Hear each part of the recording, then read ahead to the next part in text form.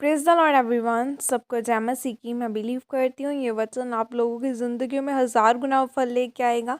ये वचन आप लोगों के जीवनों में, आपकी ज़िंदगियों में बोया जाएगा। खुदा का रूह आपको छूकर आज़ाद करेगा और ये वचन आप लोगों के जीवनों में बोकर 1000 गुना फल लेके आएगा। और मैं उस सामत से भरे और इस पवित्र वचन को मैं आप सब लोगों के लिए पढ़ती हूँ, जो वचन हमें परमेश्वर के दास अपोस्टल अंकुर यूसुफ नरूला जी द्वारा और परमेश्वर की दासी पास्टर सोनिया यूसुफ नरूला जी द्वारा दिया जाता।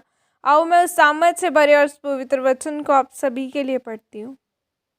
जागते रहो, जैसे कि पवित्र बाइबल एक कुरिन्थियों 16 की 13 आयत में लिखा है कि जागते रहो, विश्वास में स्थिर रहो, पूर्ण स्थान करो, बलवंत हो। आमीन। मेरे प्रिय, बाइबल ने इन वचनों में पौलुस कुरिन्थियों की कलीसिया को लिख रहा है कि जागते रहो, विश्वास में स्थिर रहो, पुण्यार्थ करो, बलवंत हो जाओ। जागते रहो शब्द को अगर आप यूनानी भाषा में पढ़ें तो उसका मतलब है जियोर्जियस, जिसका अर्थ है उन चीज़ों का फ़ायदा उठाना जो तुम्हें पहले से ही दे दी गई हैं। परमेश्वर का वचन कहता है जागते रहो। प्रभु के कहने का मतलब है जो वचन के द्वारा परमेश्वर ने बाइबल में वायदे लिखे हुए हैं उनको पढ़ो, उन पर मनन करो और उन वायदे को अपने जीवनों में फ़ायदा लो।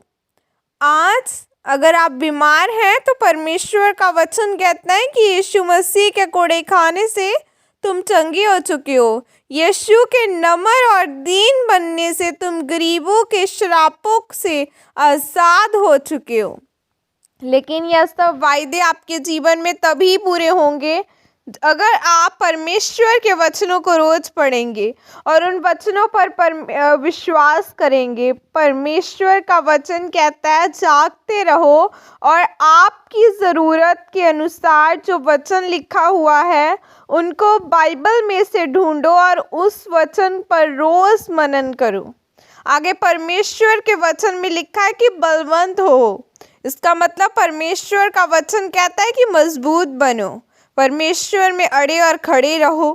क्योंकि जब आप परमेश्वर के वचनों को रोज़ पढ़ते हैं और उन पर विश्वास करते हैं, आप रोज़ प्रार्थना में परमेश्वर के साथ समय बिताते हैं, तो परमेश्वर का आत्मा आपकी अगुवाई करता है, आपके साथ रहता है। तो तब आपको बीमारी से डर नहीं लगेगा। आप मजबूत होंगे कि हाँ, परमेश्वर मेरी बीमारी को चंगा कर सकता है। वचन कहता है कि यीशु के कोड़े खाने से मैं चंगा हो चुका हूँ। यहोवा मेरा चरवाहा है, मुझे कुछ घटी ना होगी। अब जब आप वचनों को बोलेंगे तो आप मजबूत होंगे। परमेश्वर नहीं चाहता है कि आप भिखारियों की तरह रोते फिरें। आप जानते हैं कि जब दाऊद ने गोलियत का सामना किया तो वो अभी छोटा बालक ही था, लेकिन वो परमेश्वर में बलवंत था।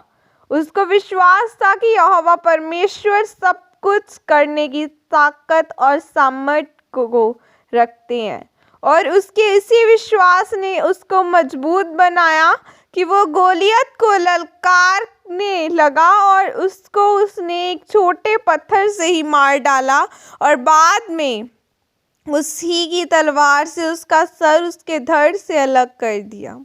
परमेश्वर कहते हैं कि मेरा राज्य एक राई के बीज के समान है, जिसे जब बोया गया तो वो इतना बड़ा पेड़ बना कि पंछी उस पर बसेरा करने पाए। इसीलिए आज अगर आपके पास एक छोटी गवाही है तो उसे इस्तेमाल करो। रोज़ लोगों में बताओ कि परमेश्वर ने मुझे सर दर्द से आज़ाद किया, परमेश्वर ने मुझे 2 मरले प्लॉट के साथ आशीषित किया। और जब आप अपनी छोटी गवाही को प्रचार करोगे तो इस तरह से आप उसको एक बड़ी गवाही में खुद बदलोगे। आमीन। और यह अंगीकार आपके द्वारा किया जाए। सर्वशक्तिमान परमेश्वर, इस वचन के लिए पिता मैं आपका धन्यवाद करती हूँ। और परमेश्वर, मैं यह अंगीकार करती हूँ कि मैं रोज़ बाइबल के वचनों को पढ़ूंगी और अपनी गवाही को के वचन पर रोज़ प्रचार करूंगी। प्रभु यीशु मसीह के सामर्थ्य नाम में मांगती हूँ। आमीन, आमीन, हालेलुया। आज चाहे आपकी लाइफ कितनी भी आप बुरी सिचुएशन में क्यों ना हो, खुदा में अड़े और खड़े रहें, क्योंकि कई बार खुदावन आपको चेक कर रहा होता है कि आप, अगर आपके पास बीमारी आ जाए तो क्या आप अड़े और खड़े रहते हैं? क्या आपका विश्वास तब भी वैसा ही स्टिल रहता है खुदावन में? अय्यूब अड़ा अड़ा और खड़ा रहा, उसका सब कुछ ले लिया गया, वो अड़ा और खड़ा रहा। हन्ना के पास कोई बच्चा नहीं था, वो अड़ी और खड़ी रही। वो हर साल शीलो में आती थी, वो हर साल वहाँ पे प्रार्थना करती थी कि खुदा तू मुझे दे। लेकिन जब उसने बोया खुदा के लिए तो उसने पाया। सो अपना बेस्ट खुदाबंद को दो, अपना बेस्ट टाइम, अपना बेस्ट वचन, सुसमाचार फैलाओ। खुदा फिर आपको देखेगा और आपको खुद ब खुद वो ब्लेस करेगा और ऊंचाइयों पर लेकर जाएगा। खुदा आपको ब्लेस करे, आपके रास्तों को प्रोटेक्ट करे। God bless you all. Praise the Lord. जय मसीह।